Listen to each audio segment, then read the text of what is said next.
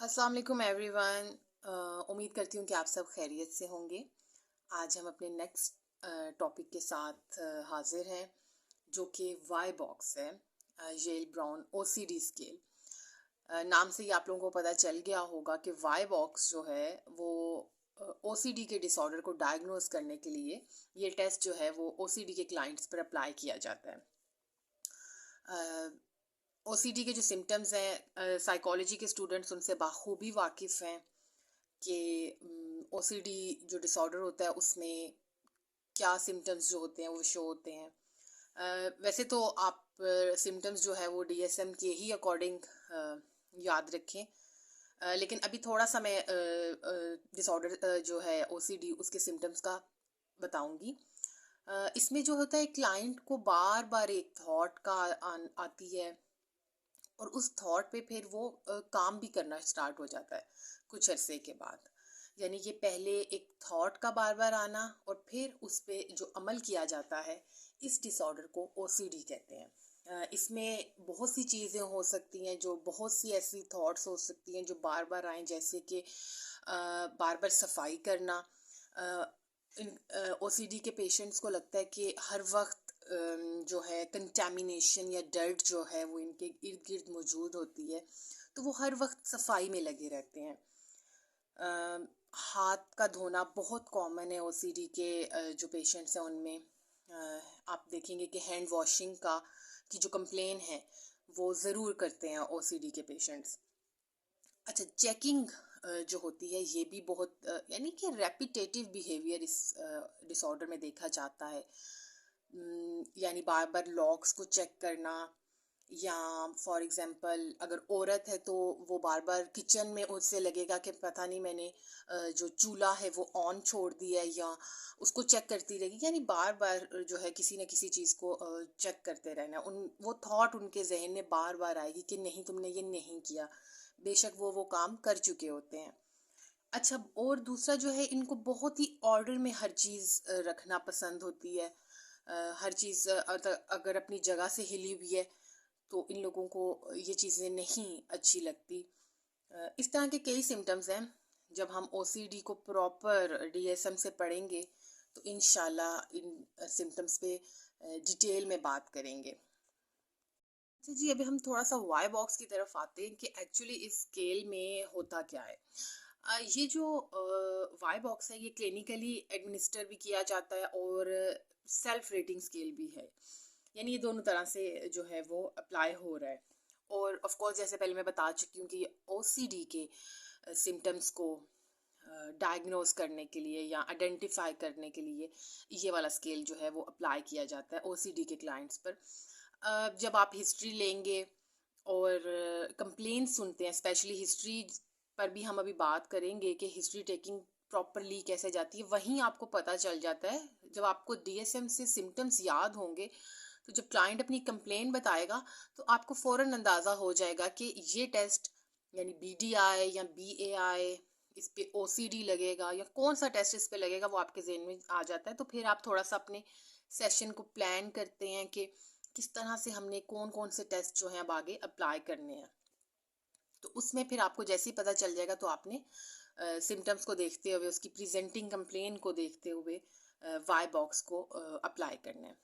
अच्छा, Y box जो है उसके जो क्वेश्चन आयर पे जो टोटल आइटम्स होते हैं स्केल में वो 10 होते हैं, और ये 5 के दो पोर्शंस में डिवाइड हुआ होता है। यानी 5 आइटम्स जो इसमें 5 क्वेश्चंस जो होते हैं वो ऑब्सेसिव से रिलेटेड होते हैं, यानी कि जो थॉट्स आ रही होती हैं उनसे रिलेटेड 5 क्वेश्चंस जो हैं वो उसमें मौजूद हैं। और जो बाकी के 5 क्वेश्चंस हैं वो कंपल्जन्स पे हैं, कि जब हम उन थॉट्स पे आगे काम करना स्टार्ट कर देते हैं तो उनसे रिलेटेड 5 आइटम्स मौजूद हैं। अच्छा, बहुत से लोग हैं जो कि अभी थॉट प्रोसेस पे ही होते हैं, यानी कि उनको कुछ थॉट्स रेपिटेटिव बार बार आ रही होती हैं, अभी उनने उन पर काम करना स्टार्ट नहीं किया होता। ठीक है, तो इसलिए इसको जो टेस्ट है इसको दो पार्ट्स में आप कह सकते हैं डिवाइड किया हुआ है। यानी कि 5 के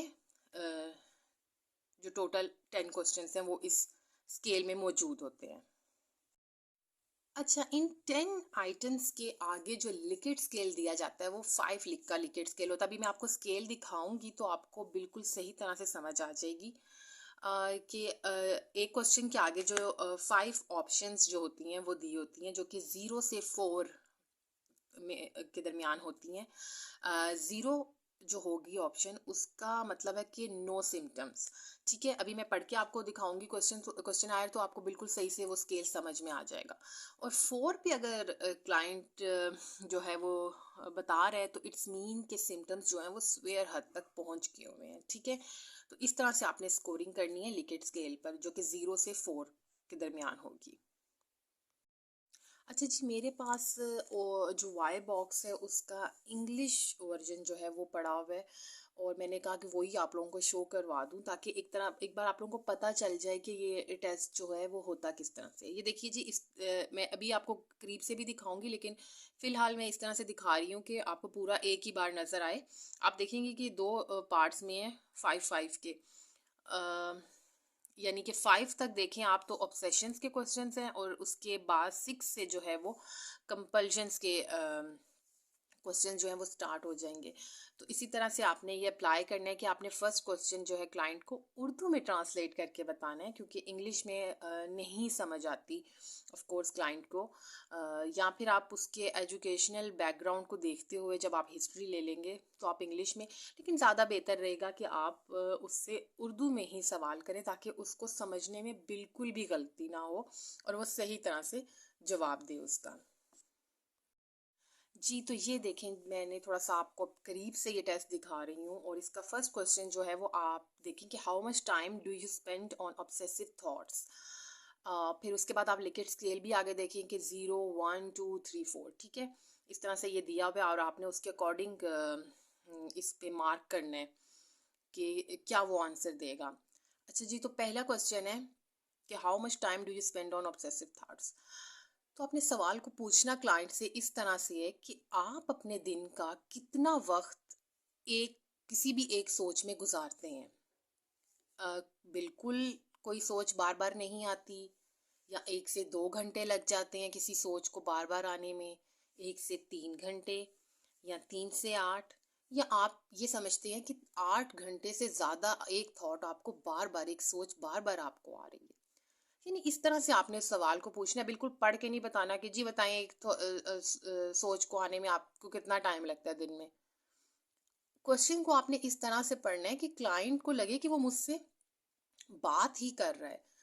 ठीक, तो फिर आपने इस तरह से इस सवाल को पूछने का तरीका है। फिर आपको क्लाइंट बताएगा जी मुझे 2 से 3 घंटे लग जाते हैं, मैं देखता हूँ कि जी 2 से 3 घंटे में एक ही सोच सोच रहा हूँ, तो फिर आपने 2 पे मार्क करना है। ठीक है, इसी तरह आपने नेक्स्ट क्वेश्चन पूछना है कि how much do your obsessive thoughts interfere with your personal, social और वर्क लाइफ।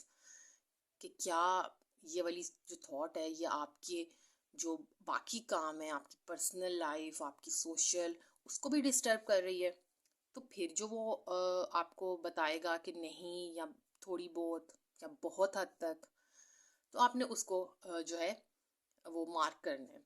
इसी तरह से आपने पूरे 10 क्वेश्चंस जो है वो पूछने हैं, और जो जो वो ऑप्शंस में से बताएगा 0 से 4, वो चीज़ आपने मार्क करते जाना है। ठीक है जी। अच्छा, आपने मार्क कर लिए। अब फॉर एग्जांपल उसने पहले क्वेश्चन का 2 आंसर बताया, फिर 3 बताया, इस तरह से। ठीक है, अच्छा अब इसका स्कोर टोटल कैसे करना है। आपने जितने भी उसने जो ऑप्शंस जो जवाब दिए हुए हैं आपने उन सबको ऐड कर लेना है। ठीक है, और उनको ऐड यूँ नहीं करना कि 1, 2, 3। अगर 1 का उसने 2 बताया है तो आपने 2 + 3 + 4, 4 तक ऑप्शन है ना, यानी कि अगर 4 नंबर वाली ऑप्शन है तो जो टोटल होगा वो 4 ही होगा। ठीक है, उसको आप 1 नहीं कंसीडर करेंगे, उसको आपने 4 ऑप्शन को 4 ही मार्क करना है। तो इस तरह से फिर आपने जो टोटल करना है, और आपके पास एट द एंड जो भी आएगा स्कोर वो उसका टोटल स्कोर क्लाइंट का होगा। फिर आपने वही उसी तरह से अपना जो टोटल स्कोर है उसको रेंजेस में देखना है, और वो रेंजेस क्या हैं वो मैं अब आपको बताती हूँ। ये देखें जी, आपके सामने ओ वाई बॉक्स की रेंजेस मौजूद हैं, जो कि 8 से 15 में माइल्ड ओसीडी है, 16 to 23 moderate OCD, 24 to 31 swear है, एंड 32 to 40 एक्सट्रीम ओसीडी जो है वो टेंटेटिवली डायग्नोज किया जाएगा। ठीक, तो अब आप फॉर एग्जांपल आपके क्लाइंट का जो स्कोर आपने ऐड किया है सम अप, तो उसका जो टोटल स्कोर है वो 25 आया है। तो अब आपने देखना है कि 25 किस रेंज में आ रहा है। तो 24 से 31 जो कि स्वेयर ओसीडी है उसकी रेंज में 25 जो टोटल स्कोर है वो आ रहा है।